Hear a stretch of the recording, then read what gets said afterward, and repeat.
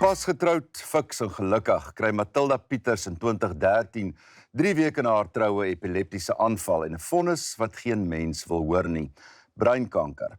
Die gewas kon verwyder word, maar tot op hede is sy steeds in 'n stryd met kanker gewikkel. Tog het sy medisyne konstant aan die kop krap weens die feit dat sy kanker laat aanhou les opsê.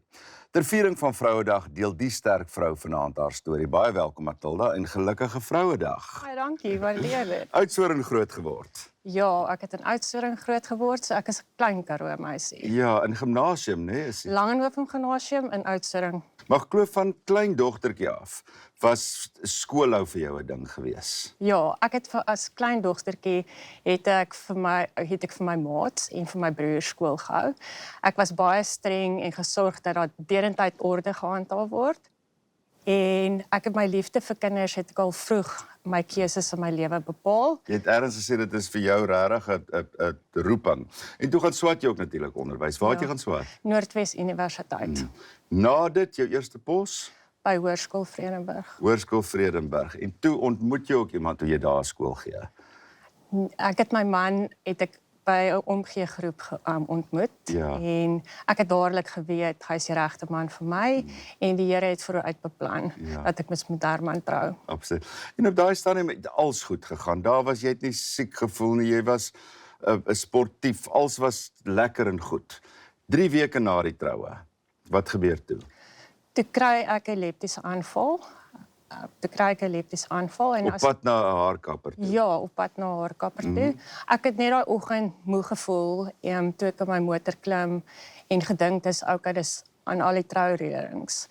En as gevolg van die epileptiese aanval het hulle my toe opgeneem in die hospitaal. Daarna is 'n CT-scan geneem en hulle het bevind dat daar 'n kol op die brein is. Die internis het aan my man gesê hy moet so vinnig as moontlik 'n afspraak maak by die neurochirurg in Kaapstad. En ja, die neurochirurg sal dan 'n MRI-scan neem en sal sê wat daar met ander woorde wat te vind is en toe die neurochirurg aangedui is breinkanker en dat hy graag wil so vinnig as moontlik opereer. So van niks mekeer nie, hoor jy. Kan jy onthou natuurlik seker toe jy daai nuus hoor en hulle sê jy's breinkanker. Wat gaan deur mense kop? Dit is jou hele lewe verander. Jy staar die dood in die oë. My man onder andere 3 weke met my getrou, dink hy gaan my aan die dood afstaan. Mens beplan nie hierdie goeters nie. Dit word net voor jou gegooi en dan moet jy swem. Vir wie jy eers te vertel? Vertel 'n mens vir mense. Hannes, ek was nie bewus daarvan nie. Ek was na die epileptiese aanval was ek uit gewees. Ek was onder medikasie gewees. So my man Herman het vir my maale laat weet en my ouers het gekom en ek onthou nie veel van daai tyd nie want ek was onder baie erge epileptiese medikasie. So daar's weinig goed wat ek kan onthou. Jy sê erns dat dit 'n wonderwerk is dat jy vanaand byvoorbeeld hier op die bank sien, want dit was in 2013. Toe opereer hulle en jy's in remissie. Ja, in 2019 was my tweede breinoperasie. 2019. Ja, dit was ongelooflik kompleks geweest. Ek was op 'n stadium wakker gemaak in die teater. Ek het 'n spraakterapeut gehad. Daar was ongelooflik baie risiko's wat kon gebeur het. En ja, daarna is ek in 2021 tot 22. Maar net eers met 2019, ek wil dit was 'n moeilike tyd. Daar moes jy weer basies leer loop en dat diereterapie toe ook in 2019. In 2021 tot 22 het my vriende aan ons my hond Teddy gegee as 'n geskenk. Dis my chemomaatjie gewees. So hy het ons hele lewens verander. Hy was vir my die ding waarvoor ek moes opstaan en kos gee en ja. So dit was 2013, 2019, toe 2021. En toe weer in remissie in 2021. Ja, tot 22 het ek vir 12 maande chemo gehad en toe is ek weer in remissie. Okay. En toe 2025 weer. Ja, die 3 Junie 2025. Ja, dis nou amper 'n jaar terug. Ja, dit is 'n jaar. Gee mens nie moed op nie. Weet jy, Hannes, ja, ek het op 'n stadium, maar dit was die eerste keer in amper 13 jaar waar ek by my eetkamertafel gaan sit het en vir 'n moment gedink ek gaan moed opgee. En ek het net geweet ek kan nie dat hierdie siekte my onderkry nie. En ja, ek is in my woordeboek bestaan daar nie iets soos moed opgee nie. So ja, ek veg nog al die pad. Wat is daai ding wat jou laat aanhou veg? Want 4, 5 keer kanker gekry en Kyk, genade van bo. Dit kan ek vir jou definitief sê, jou geloof, dit is wat jou staande hou. En dan, ja, dit is jou ondersteuningsnetwerk. Dis van kardinale belang.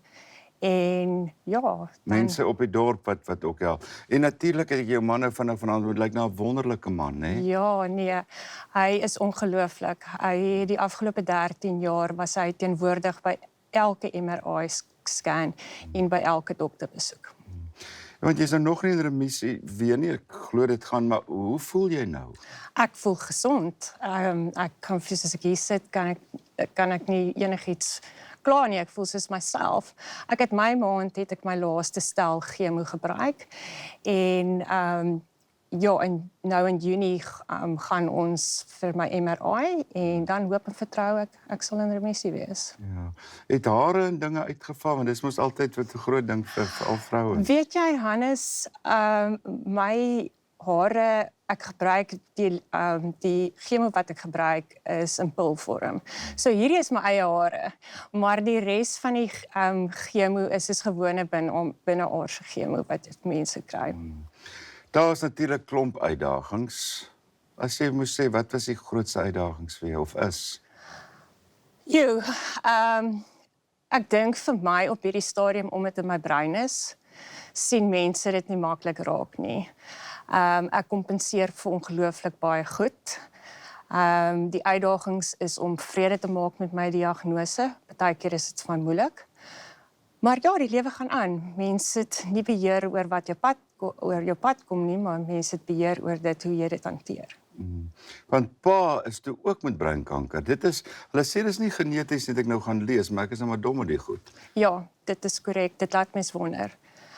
In 2013 toe my pa langs my die bed gestaan het my pa alreeds sy brein gewas en sy brein gehad. Ja, en ma ook oorlede in die tyd. In 2024, die dag na my my laaste Kambrits, aan 'n hartaanval. Want dit is waar ek nou by wil uitkom. Toe begin sy te hardloop. Jy het hoeveel Kamritse voltooi?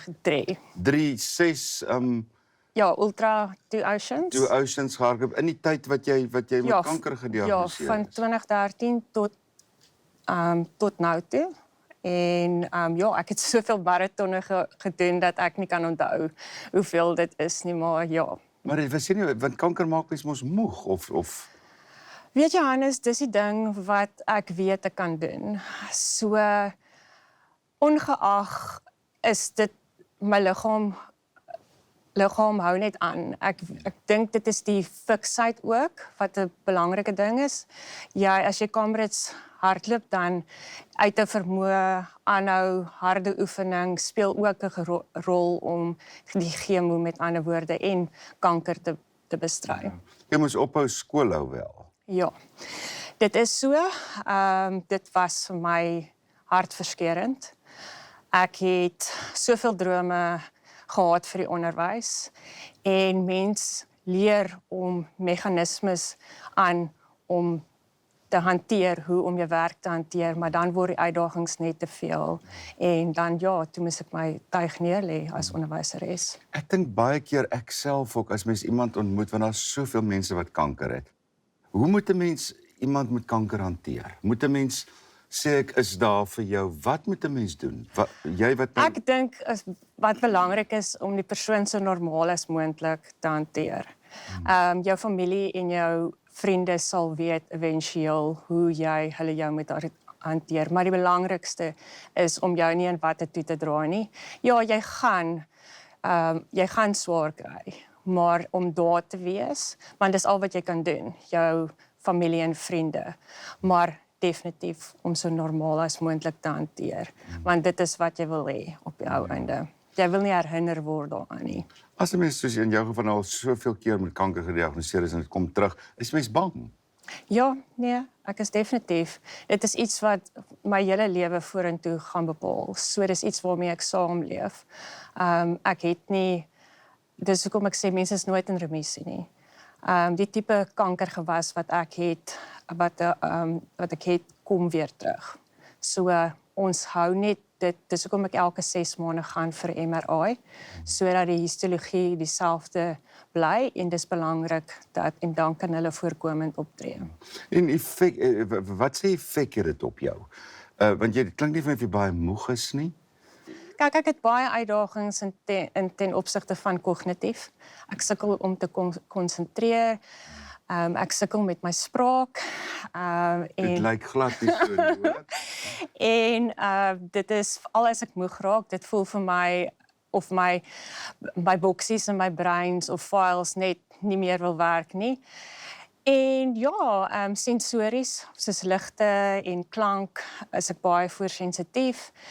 En ja, mense, soos ek sê, dit is breinkanker, jy kan nie weet wat, jy kan maklik 'n masker opsit. So, om aan te gaan en sê, alles is okay. Ja. En hoe bly jy so positief? Ek bedoel, as ek jou nou vanaand daar buite ontmoet het en nou glad nie dink jy is siek nie, maar jy het nog kanker, jy is nog in remissie. Hoe bly jy so positief? Mens moet vashou aan jou geloof, want dit is wat jou deur die donker dieptes dra. Om dankbaar te wees vir die klein goed in die lewe, die feit dat jy jou oë oopgemaak het en dat jy asem kan haal. Jy het 2 keuses, of jy veg of jy gaan lê. En ek kon nie laat die siekte my onderkry nie. Die grootste gedeelte van jou kankerdiagnose is in jou kop. Ja, daar's wel liggaamlike uitdagings. En dan positiewe selfspraak. Deurlopende gebed en positiewe selfspraak, want om die vrees dat die vrees jou nie oorweldig nie. En dan is dit belangrik om vroeg dit gediagnoseer te word. En ja, as daar iets fout is, volg jou 6de sintuig. En geestesgesondheid, Hannes, is ongelooflik belangrik, want kanker is wat jy staan die dood in die oë. Jou hele lewe verander. Jy word nie meer gesien as Matilda nie, jy word gesien as 'n kankerpasiënt. Al wat ek kan sê is my mens baie sterkte. Vir jou en vir Herman en vir julle daar by die huis wat dalk ook met hierdie siekte worstel of met enige siekte, baie sterkte, maar dit was 'n voorreg om jou te ontmoet en ek glo jy gaan weer in remissie gaan. Baie dankie, ek ook. Baie dankie.